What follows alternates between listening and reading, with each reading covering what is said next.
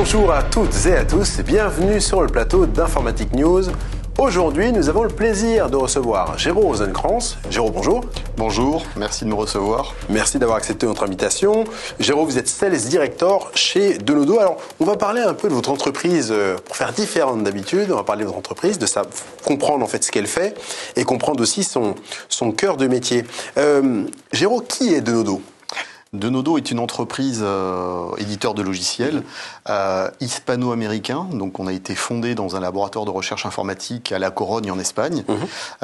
Et ensuite, depuis 12 ans maintenant, le siège commercial s'est installé à Palo Alto aux États-Unis. Donc on a la chance de bénéficier d'un double ADN, à la fois européen et américain, issu de la recherche fondamentale en informatique et basé au départ sur tous les axes de recherche sur les bases de données, l'accélération des requêtes et la virtualisation de ces requêtes-là et des données par rapport à tout ça. Quelle est votre proposition de valeur dans un univers où aujourd'hui les acteurs, notamment autour de la donnée, sont très nombreux et avec des missions et des ambitions très diverses ? Alors on construit notre proposition de valeur sur la force intrinsèque de Denodo, c'est-à-dire son moteur de data virtualisation, puisqu'on a été l'un des pionniers de cette technologie-là qui vient permettre d'accéder aux bases de données sans les répliquer, qui vient permettre d'accélérer tout ce qui va être requête autour de la donnée.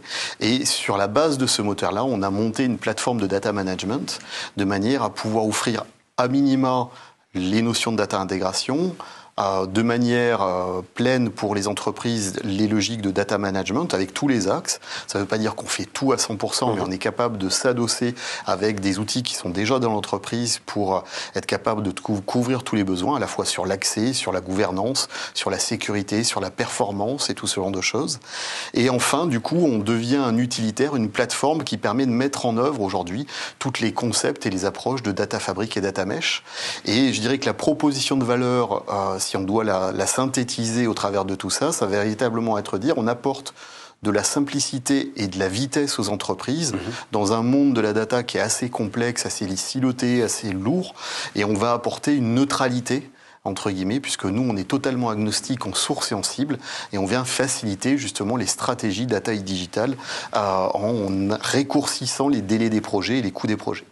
J'aimerais qu'on s'arrête juste un instant, Géraud, sur cette notion que vous avez évoquée de virtualisation justement des bases de données, des contenants de données. Ça veut dire qu'aujourd'hui, une organisation qui aurait une base de données et qui voudrait, pour une raison ou pour une autre, en faciliter l'accès parce qu'elle a des sites ailleurs en France ou qu'elle a des sites peut-être ailleurs dans le monde, votre technologie peut l'aider justement à centraliser la donnée, à simplifier l'accès pour les différents membres de son organisation. C'est bien ce que permet votre solution. Exactement, on va créer conceptuellement une base de données virtuelle qui va venir s'alimenter de toutes les sources de données, de toutes les bases de données de l'entreprise, après tout type de sources aussi. Ce n'est pas une duplication. Il n'y a pas de duplication, c'est vraiment ce concept de se dire que on recrée un modèle virtuel et derrière, le moteur permet d'exécuter et de mettre à disposition la donnée par rapport à ça.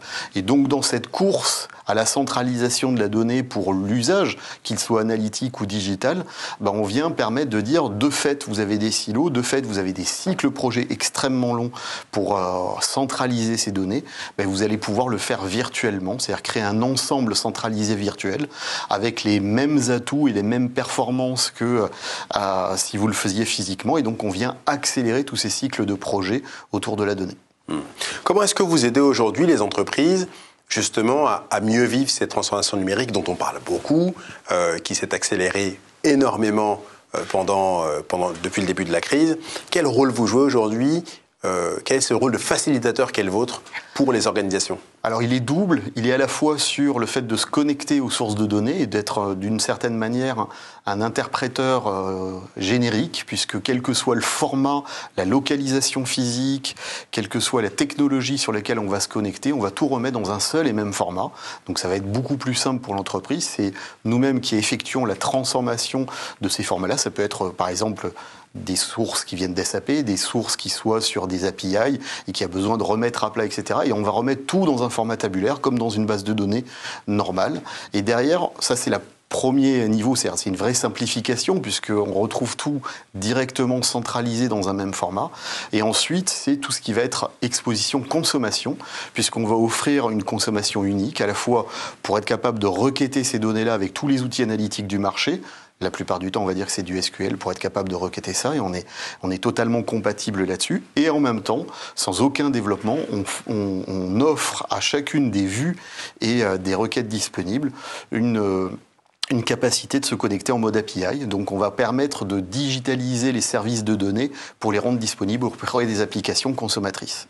Donc beaucoup de, vous le disiez, centralisation et aussi beaucoup de simplification au menu pour vos utilisateurs. Merci beaucoup d'avoir été avec nous aujourd'hui. Merci à vous de nous avoir suivis. Je vous souhaite une excellente journée et je vous dis à bientôt pour une prochaine interview.